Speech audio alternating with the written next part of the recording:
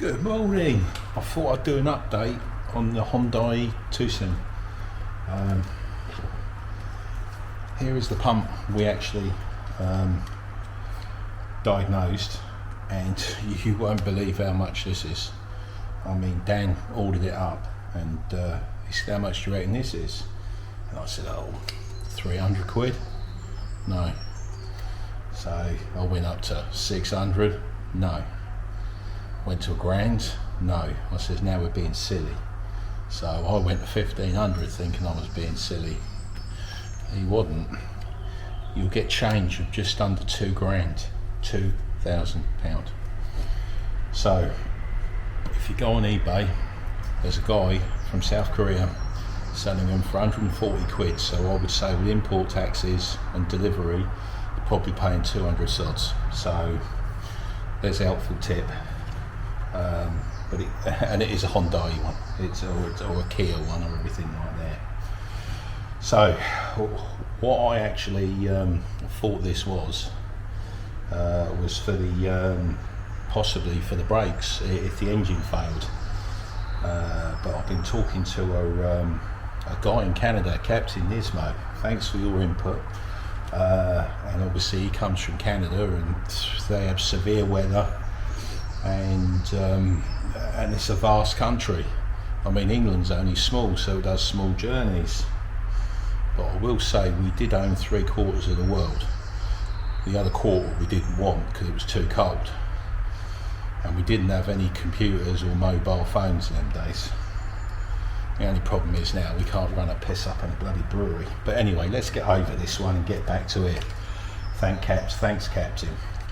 Right, so he says it's got a turbo, and obviously it's keeping the vacuum pressure for that one correct, but I suppose these do suffer from carbon duct valves, so it could lose vacuum there and then you have a turbo issue. So possibly that's what this is for. Anyone's got any other ideas? Great, let them go. Let's listen to them. What I will do is I'm just going to show you the diagnostic side, and I'm going to have to bring you in a little bit closer so you can see my. Let's have a look. So to test it, it was this connector here. And let's have a look, can you see that? Let's have a look, see if you can get into there. Okay. Can't see nothing. Oh, you gotta get the light. Let me turn the lights off. So we've got a positive, and then we've got an earth, and then this one here, you'll see can. See it? So we've got can there, and then, well, it could be, and there's the other can. So I've got can high, can low on there. So that tells me that the car is trying to communicate to that pump. And when I disconnected the pump, it worked. So the lights all went out and everything was solved. So that's how you test your connector to actually make sure, well, you are going to change a part. You don't want to change a £2,000 part for nothing, do you? Otherwise it could get quite embarrassing. So after talking to Captain Nismo, and he said take it apart, which is what me and Dan were talking about doing, seeing what made this tick for £2,000. And he says you're going to take it apart and there's going to be rust in there, but on this one, as you can see, I haven't got any rust in here. So obviously this one's failed, or for another reason. Perhaps moisture's got in there and actually arced it out, but I can't see any.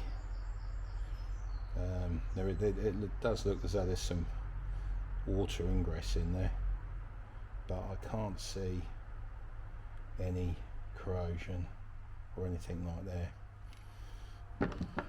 It's an expensive piece of board there, isn't it, really? I mean, a pump, I mean, it can't be that dear. But that's what's failed. So I'm going to fit the new one in.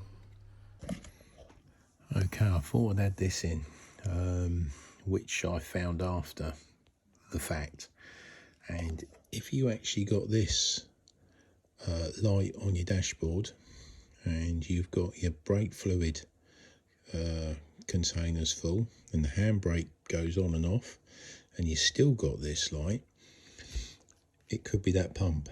And the reason I'm saying that is because this thing here, I wonder what it was.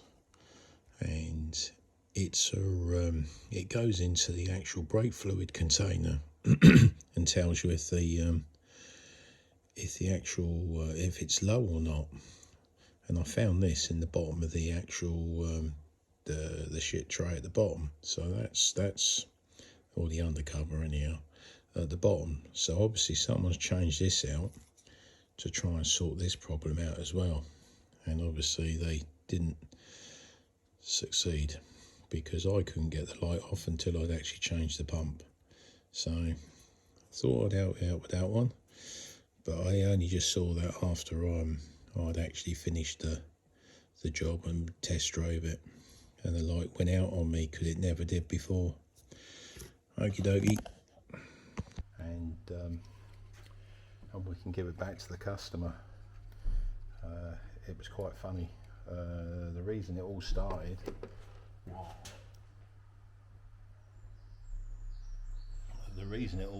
is the customer had all these lights on, and it was in Hyundai for 4 weeks.